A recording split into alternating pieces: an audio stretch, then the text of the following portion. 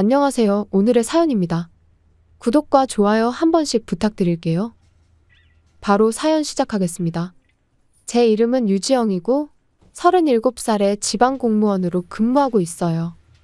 남편은 저와 동갑으로 시댁에서 운영하는 회사에서 일하고 있어요. 딸이 있는데 8살이 된 딸 하은이는 초등학교 1학년에 입학했어요. 우리가 사는 지역은 비교적 시골이라 딸은 동네 친구들과 함께 학교에 다니며 즐거운 나날을 보내고 있어요. 읍사무소에서 일하고 있는 저는 주말에도 지역 행사나 계절별 행사에 쫓겨 바쁘게 지내고 있어요. 남편은 이 지역에서 나름 인지도 있는 시아버지 밑에서 일하고 있는데 시아버지는 매우 엄격한 성격이라서 아들이라 할지라도 자비가 없기에 남편은 실적이 떨어지지 않도록 노력하고 있어요. 시어머니는 온화한 성품이시고 취미로 텃밭에서 수확한 채소를 요리하는 등 부잣집 여자라고는 생각이 들지 않는 생활을 하세요. 남편은 어렸을 때부터 시어머니에게 식습관 교육도 엄격하게 받았어요. 그런 시댁에서 며느리로서 저를 아주 마음에 들어 하셨어요. 시부모님은 제가 공무원이라는 직업을 가진 것과 제가 할 줄 아는 게 많은 것을 아주 마음에 들어 하시는 것 같았어요. 사실 저는 특공무술을 배운 적이 있어요. 배우게 된 계기는 제가 대학생 시절 외지에서 혼자 살 때 주변 친구들에게서 도둑이나 주거침입, 강도 등의 무서운 이야기를 듣고 호신술 정도는 익혀야겠다고 생각했거든요.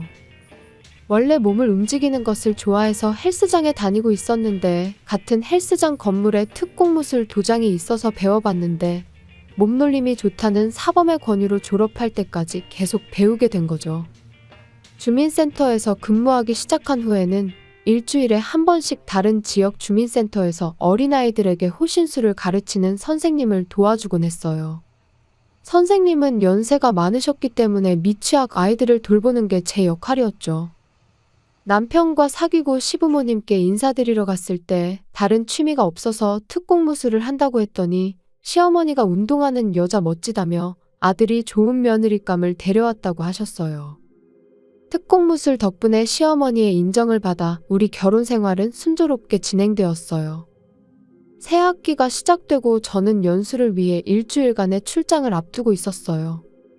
요즘 남편이 일이 바빠서 퇴근이 늦어지는 경우가 많아 딸을 맡겨도 괜찮을지 걱정이 돼서 남편과 상의하기로 했어요. 여보, 이번 출장 때 하은이 잘 돌봐줄 수 있겠어? 걱정하지 마. 단축 근무할 수 있을 것 같아. 하은이가 이제 막 학교에 다니기 시작해서 걱정돼. 식욕도 조금 떨어지고 있고. 그래? 급식도 남기는 경향이 있다고 메모에 적혀 있었어. 음식을 남기는 건 별로 좋지 않은데. 아무튼 잘 지켜봐야 해. 알았어.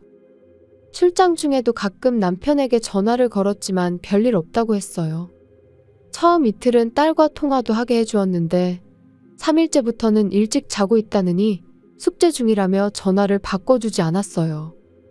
저는 조금 불안해서 이렇게 말했어요. 어제도 오늘도 전화도 안 바꿔주고. 걱정되잖아. 정말 별일 없는 거 맞지? 괜찮아. 아무 일 없어. 너무 밝은 목소리로 말하는 남편의 모습에 살짝 위화감을 느꼈어요. 혹시 술에 취한 거 아니냐는 물음에 남편은 간단히 맥주 좀 먹었다고 했고 저는 아침 잘 먹이고 등교 잘 시켜달라고 신신당부하고 전화를 마쳤어요. 그리고 연수 마지막 날인 금요일 딸의 학교 담임선생님으로부터 연락이 왔어요. 딸아이가 2, 3일 전부터 컨디션이 안 좋아서 급식을 거의 먹지 않고 몸이 축 늘어져 있다고 했어요. 그 말을 들은 저는 급히 남편에게 전화를 걸었지만 연락이 닿지 않았어요. 불안한 마음에 내일 귀가할 예정이었지만 서둘러 집으로 향했고 자정쯤에 집에 도착했을 때 아직 불이 켜져 있었어요. 남편의 모습은 보이지 않았고 딸의 방에 들어가니 침대에 쪼그리고 앉아있는 딸의 모습이 보였어요. 이미 자고 있을 거라 생각했는데 잠자는 모습이 평소와 달랐어요. 호흡이 빨랐고 몸이 경직돼 있는 것 같았어요. 하은아, 자는 중이야? 제 목소리에 딸은 벌떡 일어나 울먹이며 달려왔어요. 엄마, 제게 매달리는 딸의 몸이 이상하다는 게 느껴졌어요. 몸이 너무 가볍고 팔도 가늘어져 있었거든요. 왜 그래? 어디 아파? 아빠가 안 보이는데 무슨 일 있어? 다급해진 제가 묻자 딸은 충격적인 대답을 했어요. 아빠가 밥을 안 줘요. 뭐라고? 일단 말라 비틀어진 딸에게 무언가 먹여주려고 부엌으로 가 냉장고를 열어보았지만 소주만 가득하고 음식은 안 보였어요. 문득 쓰레기통이 눈에 들어왔고 저는 경악을 금치 못했어요. 술병이 넘쳐나고 있었거든요. 저는 술을 마시지 않아 잘 모르지만 고급스러워 보이는 위스키병도 여러 개 있었어요. 남편이 다 마신 건가? 그렇다고 해도 양이 너무 많았어요. 자세히 보니 몇 개의 종이컵에는 립스틱도 묻어 있었어요. 저는 온몸에 소름이 돋는 것을 느꼈어요. 이건 여자를 집에 들여놓고 술을 마셨나? 딸에게 밥도 먹이지 않고. 그때 현관문이 열리는 소리가 나서 저는 깜짝 놀라서 몸을 움츠렸어요. 남편과 낯선 여자의 목소리가 들린 거죠. 내일 집사람 돌아온다며. 안 들키게 잘해. 알았어. 사랑해, 자기. 그럼 나는 갈 테니까 조심히 행동해. 현관에서 그런 대화를 나누고 있는 두 사람 앞에 제가 나타나서 말했어요. 아쉽게도 이미 들켰어. 뭐야? 언제 온 거야? 저기, 저는 가볼게요. 안녕히 계세요. 저는 도망치려는 여자를 향해 낮은 목소리로 말했어요. 도망가는 거야? 뭐 괜찮아. 당신 얼굴은 기억하고 있으니까. 여자는 도망쳤고 저는 남편을 노려봤어요. 남편은 술이 깬 건지 얼굴이 새하얗게 질려 있었어요. 저 여자랑은 아무 사이도 아니야. 그런 건 상관없어. 하은이가 저렇게 쇠약해진 거 알고 있어? 밥을 제대로 챙겨주긴 한 거야? 그건 하은이가 급식을 남겼기 때문에 벌로 집에서 밥을 안 준 거야. 그러면 학교에서 제대로 먹지 않겠어? 분위기 하나야. 벌? 그걸 진심으로 하는 말이야? 그래. 왜냐면 돈 아깝잖아. 어차피 먹지도 않을 테니까. 돈? 술 살 돈은 있는데 애가 먹을 것 살 돈은 아깝다는 거야? 아까 다 말했잖아. 분위기 하나라고. 지금 내 교육 방식에 참견하는 거야? 남편이 제 옷깃을 잡아 끌자 저는 화가 난 탓에 반사적으로 몸이 움직였어요. 저는 그 자리에서 남편의 손을 밀치고 그대로 턱에 주먹을 날렸어요. 평소에는 제지부터 하는 게 원칙이지만 남편은 턱을 정확하게 맞고는 그대로 쓰러져 기절했어요. 쓰러진 남편보다는 딸을 어떻게 해야겠다고 생각했어요. 저는 친정 부모님께 전화를 걸어 사정을 이야기하고 데리러 오라고 했어요. 남편에 대해서는 시부모님께 전화를 걸어 사정을 말했는데 한 가지 사실이 밝혀졌어요. 시아버지가 이렇게 말씀하셨어요. 단축근무? 아니야. 하은이 돌봐야 한다고 5일 동안 연차 썼는데. 남편은 단축 근무가 아니라 제 출장 기간 동안 휴가를 내고 술을 마신 거였죠. 그것도 바람 피우는 여자와 함께. 결국 양가 부모님이 도착했고 한밤중에 집안이 시끄러워졌어요. 시부모님은 현관에서 술에 취해 쓰러져 있는 아들과 말라비틀어진 손녀의 모습에 충격을 받으셨어요. 늘 당당한 모습이시던 시어머니가 허리를 숙이고 앉아서 신음하듯 말했어요.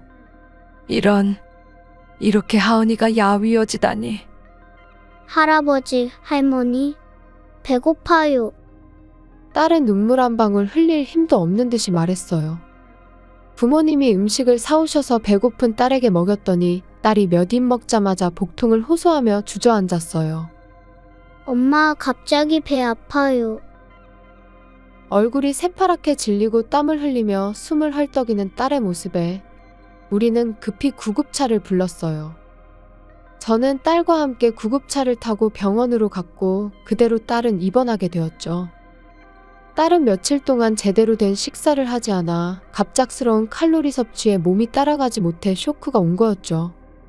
병원에서 수액을 맞으며 상태가 안정되면 저칼로리 치료식부터 먹기 시작하기로 했어요. 의사는 며칠만 더 늦게 데려왔으면 위험한 상태에 빠질 뻔했다는 말을 듣고 저는 소름이 돋았어요. 다음날 부모님이 병문안을 오셨을 때 남편의 근황을 물었어요. 남편은 술이 깰 때까지 시부모님이 지켜보고 계셨는데 깨어나자마자 시부모님과 크게 다퉜다고 해요.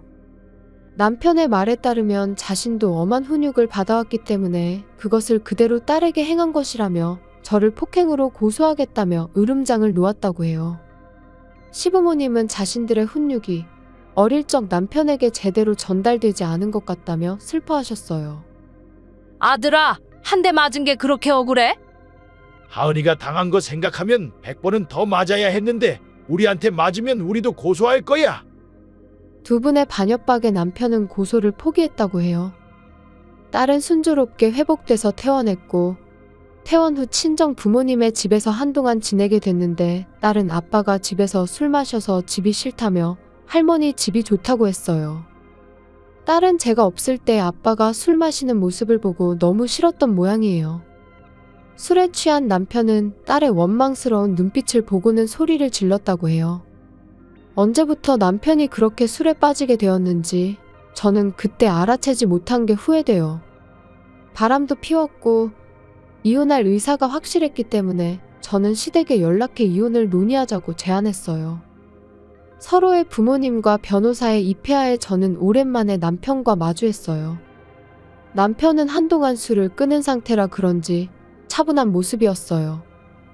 그 자리에서 저는 남편에 대한 새로운 사실을 하나 더 알게 되었어요. 사실 남편은 오래전부터 직장에서 술을 마신다는 내부 고발을 당하였고 이번 일로 인해 병원을 찾아 알코올 중독 진단을 받았다고 해요. 최근 몇 달 사이에 음주량이 급격히 늘었고 집에서는 술을 마시지 못하니 회사나 밖에서 술을 마신 거죠. 게다가 비싼 술에 손을 대기 시작하면서 돈도 떨어져 갔고 딸의 식비까지도 아껴서 술을 마시려고 한 거였죠. 시부모님은 저와 제 부모님께 무릎 꿇고 사죄하며 강해지라고 엄하게 키운 게 화근이 되었다며 후회하셨어요. 우리 부모님은 그런 시부모님께 자신을 탓하지 말라고 말씀하셨고요. 남편은 부모의 사랑으로 인한 엄한 훈육과 자신의 우월적 지위에서 상대에게 상처를 주는 행위가 똑같은 훈육이라고 착각하고 있었던 것 같아요. 그런 당연한 것조차 술에 찌든 남편의 머리로는 당연히 이해하지 못하겠지만요. 남편은 모든 걸 인정하고 딸에게도 미안하다며 사과했어요. 술을 마시는 동안은 불안감이 사라지고 여유로운 기분이 들었어요. 지금 생각해보면 며칠 동안 밥을 먹이지 않았다는 건 정말 몹쓸 짓을 한 것 같아요. 남편은 원래 술을 좋아하는 편이었지만 업무 스트레스와 불륜을 술로 달래기 시작했고 작년 무렵부터 술의 양이 점점 늘어나면서 좋지 않다고 느끼면서도 술을 끊을 수 없게 되었다고 해요. 앞으로 남편은 휴직하고 재활시설에서 생활할 예정이라고 하네요. 그리고 전 남편에게 위자료와 딸의 양육비를 받는 게 확정됐어요. 그리고 딸과의 만남은 알코올 중독 치료를 받고 제대로 된 금주를 할 수 있게 된 후에 만나자고 약속했어요. 저는 마지막으로 전 남편에게 이렇게 말했어요. 꼭 치료 잘 받아서 하은이가 좋아하던 아빠로 다시 돌아와. 전 남편은 울먹이며 고개를 끄덕였어요. 그리고 저는 상간녀에게 위자료 청구 내용 증명을 보냈어요. 상간녀는 전 남편의 회사 직원이었어요. 상간녀는 처음에는 불륜을 부인했지만 제가 소송까지 가면 동네에 소문이 날까봐 겁먹고 빚을 내서 위자료를 줬어요. 그 후에 상간녀는 조용히 퇴사하고 이 동네를 떠난 것 같았어요. 이렇게 딸이 피해를 본 불행한 이혼소동은 일단락되었어요. 기운이 난 딸을 데리고 연휴 동안 놀이동산에서 마음껏 놀고 맛있는 것을 많이 먹었더니 딸의 뺨이 통통해지고 팔다리에 살이 붙고 피부가 윤기 있게 변했어요. 그리고 천만다행으로 요새는 급식도 잘 먹고 활동적으로 변했다는 담임 선생님의 말씀도 들리고요. 앞으로 아빠를 잃은 딸의 마음을 잘 어루만져주고 슬픈 마음이 들지 않게 하루하루 행복하게 해주려고 합니다. 시청해주셔서 감사합니다. 그럼 다음 영상에서 다시 뵙겠습니다.